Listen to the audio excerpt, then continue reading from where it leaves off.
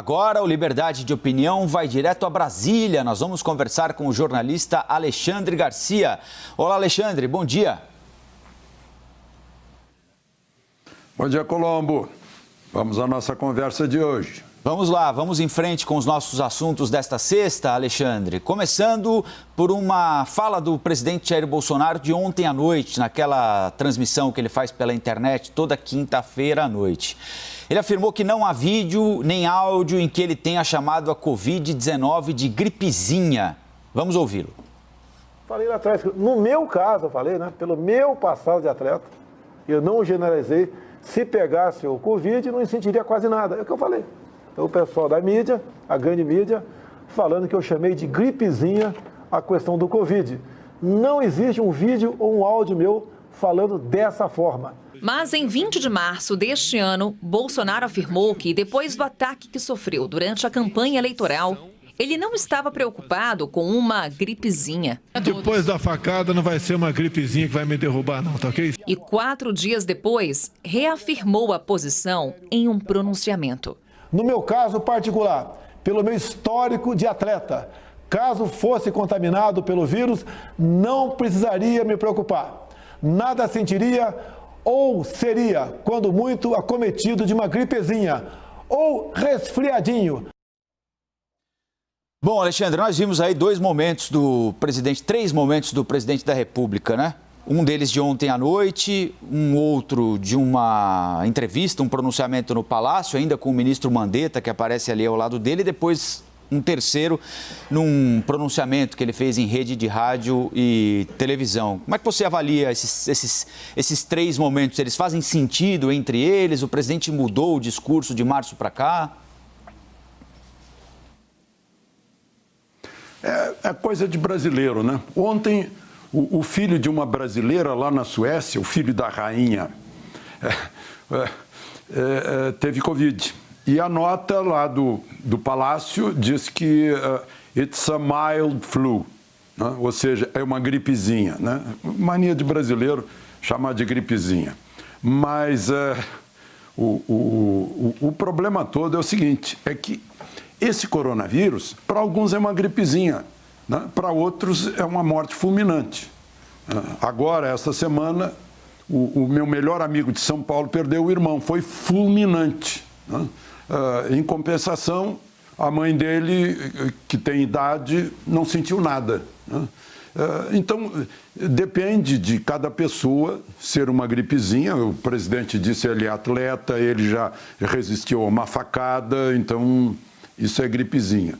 Agora, eu acho que isso seria assunto assim para a gente discutir se a gente deve ou não usar essa linguagem em relação à Covid, que para alguns é uma gripezinha, um resfriadozinho, para outros é uma doença mortal.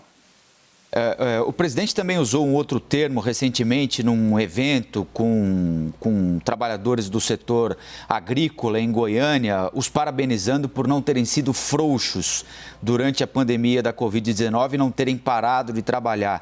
Esse também não é um jeito do presidente de menosprezar a pandemia, Alexandre, dando a entender que quem parou ou foi trabalhar em home office, por exemplo, ficou em casa, foi frouxo? Não sei, acho que é forçação de barra, parece coluna social, né? Eu acho que ele usa a linguagem que quiser, eu não faço patrulha da linguagem do presidente, é usual, é assim que ele fala, né? Então, foi assim que ele foi eleito. Outro dia um amigo meu disse, Bolsonaro tem que calar a boca, né? Eu disse, mas quando você votou nele, ele estava de boca calada ou ele falava assim, você votou nele porque ele falava assim? Ah, pois é, então é isso, ele vai continuar sendo assim, né? Porque se ele for diferente vai ser um hipócrita. Questionado sobre o aumento de casos da Covid e uma possível segunda onda da doença, o ministro da Saúde, o general Pazuello, disse que esse cenário de agora, em que nós temos observado aí aumento de internações, de mortes em alguns estados, trata-se de um repique da doença. Nós separamos aqui um trecho do que disse o ministro. Nós temos 4 ondas de uma pandemia. A primeira onda é exatamente a contaminação, as mortes, tudo aquilo que aconteceu e vem acontecendo com o repique agora. A segunda onda, que é tão grave quanto a primeira, são as doenças que ficaram impactadas. Nós temos muitas pessoas que não se trataram corretamente, ou porque as cirurgias eletivas foram canceladas, ou porque tinham medo, porque criou-se um ambiente de medo e elas não procuraram o médico. E isso tudo está represado. Alexandre, é difícil mesmo saber, né, se é um repique, uma segunda onda, ou embora o ministro da Saúde, neste momento, tenha a certeza, aparentemente, de que se trata mesmo de um repique, não do que está acontecendo na Europa, que ele trata lá, sim, como um episódio de segunda onda da doença. É hora já de começar a pensar em restringir medidas de distanciamento social que foram afrouxadas nestes últimos meses. Em São Paulo, por exemplo, agora há a expectativa de que na segunda-feira o governo do estado anuncie proibições de atividades de lazer, especialmente cinema, bar, parque, porque há um aumento de contaminação de uma faixa etária ali de jovens que tem entre 20 e 29 anos. Então, a gente está vivendo um repique, uma segunda onda, já é hora de começar a pensar em se precaver ou ainda não? Tem que botar essas coisas na balança, né? Bom, em primeiro lugar, eu queria falar de algo muito preocupante, que o ministro levantou, né? As pessoas que pararam tratamentos. Ontem foi divulgado, em cada 10 pessoas com câncer, 6 suspenderam a radioterapia. 6 neste ano, com medo de sair de casa, com medo de entrar no hospital. Agora imaginem o resultado disso. Em primeiro lugar. Em segundo lugar, eu falei há pouco do filho da rainha Silvia, na Suécia, da brasileira, o Carl Philipp, está com Covid, né? E a mulher dele também, e estão em quarentena em casa, com os 2 meninos. Só eles estão de quarentena, só quem fica doente. A Suécia está toda aberta, ninguém usa máscara. E é o 19º lugar no mundo. Então tem que avaliar isso. Continua a ter... A Suécia tem mortes, né? Acho que 600 e poucas por milhão, a gente está com mais de 800, né? Estão em 19º lugar. Mas avaliar, não teve nenhum desemprego por causa da pandemia, não fechou comércio, não fechou indústria, não fechou atividade econômica, a Suécia. Agora o Uruguai. Aqui, na nossa, ali do outro lado da rua, ali, vejam só, o Uruguai teve, no período inteiro, 74 mortes, 21 por milhão, tomou os cuidados, mas continua a atividade econômica, só parou a escola que já retomou desde outubro, inclusive obrigatoriamente, presencialmente. Tudo bem, o Uruguai tem um único clima, diferente do Brasil, né? O Uruguai é menor, né? Mais fácil de controlar, mas controlou. Usou distanciamento, usou máscara, mas teve eleição agora, né? Votaram 2 milhões de uruguaios. Aliás, ontem foi a posse do intendente do departamento de Rivera. Aqui compareceram o ex-presidente Sanguinetti, né? O atual presidente Luiz Alberto Lacalle, e o governador do Rio Grande do Sul, Eduardo Leite. Vejam só a proximidade, né? Mas o Rio Grande do Sul está com um problema pensando em segunda onda, e o Uruguai não, né? Por que a gente não segue certos exemplos que dão certo, né? Aqui, o que nós fizemos não deu certo, tanto que a gente está com mais de 170 mil mortos, né? Então, pensar a respeito disso. Os infectologistas mais conhecidos, né, mais entendidos aqui no Brasil, dizem que isso não é uma segunda onda, é a primeira onda chegando onde ainda não chegou, né? Então, vamos esperar, né, o que vai acontecer e temos que pesar as coisas. Por exemplo, esse caso de 6 em 10 doentes de câncer pararam o tratamento, né? Outras doenças cardiopulmonares matam 3, 4 dezenas de milhares a mais que a Covid. As doenças cardiovasculares matam mais que a Covid, né? Então, temos que pesar tudo isso para saber quais as melhores atitudes para acabar com isso, né? Nós espichamos a corda e estamos demorando a alcançar a imunidade de rebanho.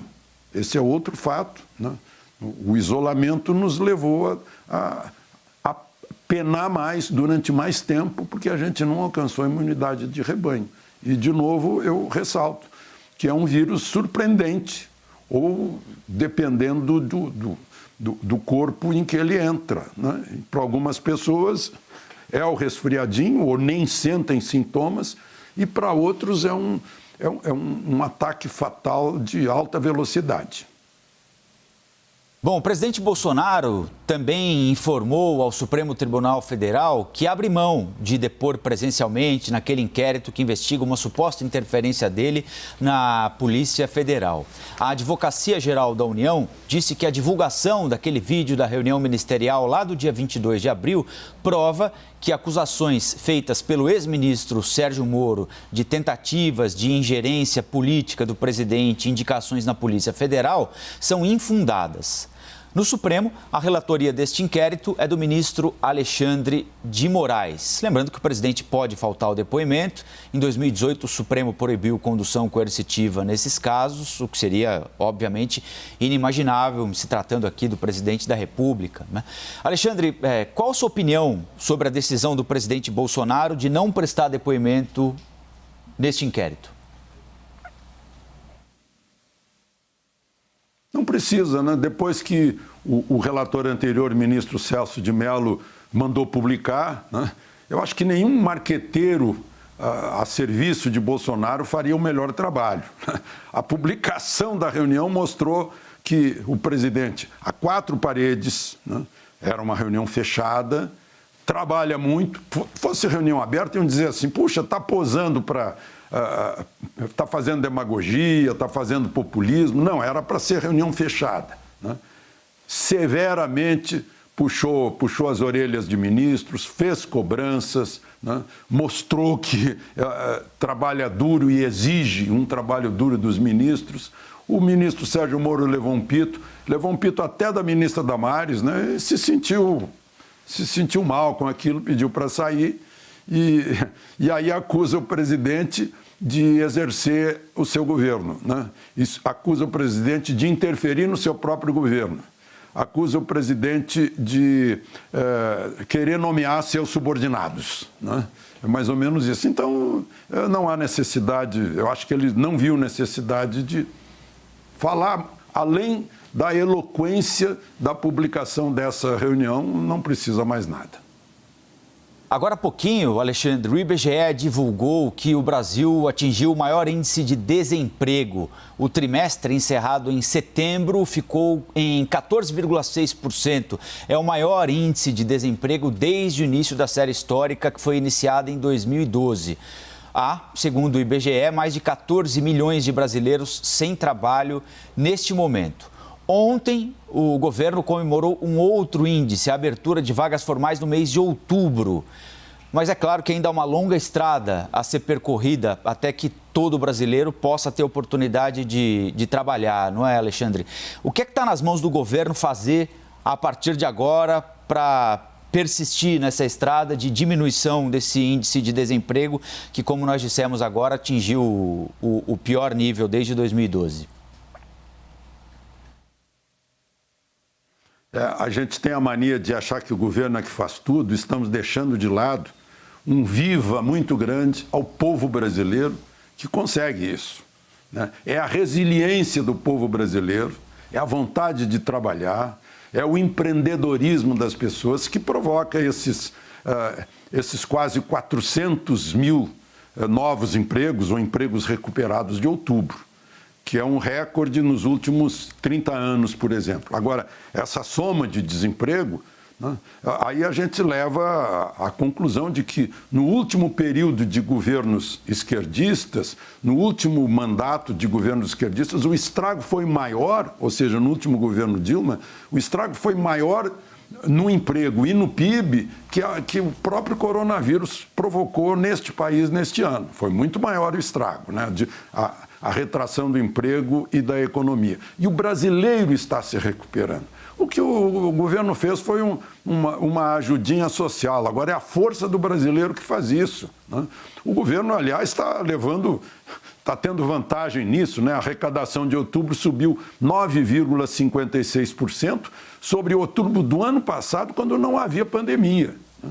Então, igualzinho ao milagre econômico, não foi o Médici, não foi o Delfim, foi o brasileiro que teve otimismo, que empreendeu, que investiu, que teve entusiasmo, que produziu um milagre econômico em que o Brasil, por anos, cresceu uma média superior a 11% ao ano, percentual chinês. Agora, de novo, nós mostramos, afundamos lá em abril e maio, as pessoas puxaram, a propaganda do coronavírus puxou o país para baixo, né, para ver se quebrava tudo, para salvar as vidas, né? Mas o brasileiro se recuperou. Foi para casa, perdeu o emprego, criou mais de 1 milhão de pequenas empresas, aqueles que estavam desempregados, de março para cá, quase mais de 1 milhão de pequenas e médias empresas, e está reagindo muito bem. Mostra que é difícil de ser derrubado. Agora, e os informais, hein, Alexandre, que ficam fora de algumas contas, de alguns levantamentos, esses estão dependendo do auxílio informal em grande medida, que pode acabar agora em janeiro, a não ser que alguma coisa diferente aconteça até lá. Como lidar com eles, hein? Veja só, a gente gosta de eufemismos, né? Aí os chama de informais. Eles não pagam imposto, eles não têm registro, né? Mas não tem culpa disso, eles são consequência dessa nossa sociedade que não dá muita importância para as leis, né? E dizem que são 40 milhões, com esse número o governo trabalhou. O governo, inclusive, os aceitou nas listas desse auxílio emergencial. E agora é a oportunidade. Eu não sei quantos informais resolveram criar suas pequenas empresas, não sei quantos se estabeleceram, né? Mas tiveram que sair das ruas ou seriam presos, né? É uma das questões lá que, naquela reunião ministerial do dia 22 de abril, o presidente Bolsonaro reclama de Sérgio Moro, né? As pessoas estão sendo presas aí pelo comissário de quarteirão e a justiça não se manifesta, né? Mostrando que está havendo medidas totalitárias aí. Mas, enfim. Então, essas pessoas foram atingidas diretamente, porque fora o auxílio emergencial, eles não estariam enquadrados em nenhum tipo de vínculo empregatício, né? Esses vão ter que... Olha, temos que estimular as pessoas a produzirem, a trabalharem. A economia está mostrando aí, né, que começa uma recuperação nos últimos 4 meses. A recuperação se torna cada vez maior. Agora vem aí o mês de Natal, mês das festas de Ano Novo, em que a economia, em geral, fica mais aquecida, né? A economia, por si só, fornece os meios para esses informais sobreviverem, né, e terem a renda que faz a economia girar, né? Uma economia que gira sozinha, com todo mundo produzindo renda. E o Estado que não se meta para atrapalhar. O Estado só atrapalha. Tem gente que acha, né, por ideologia, que o Estado é o comandante de tudo, né? E nos tira a liberdade. Esse é o problema. Alexandre, um ótimo dia então e até o próximo Liberdade de Opinião, hein? Aproveitem o fim de semana.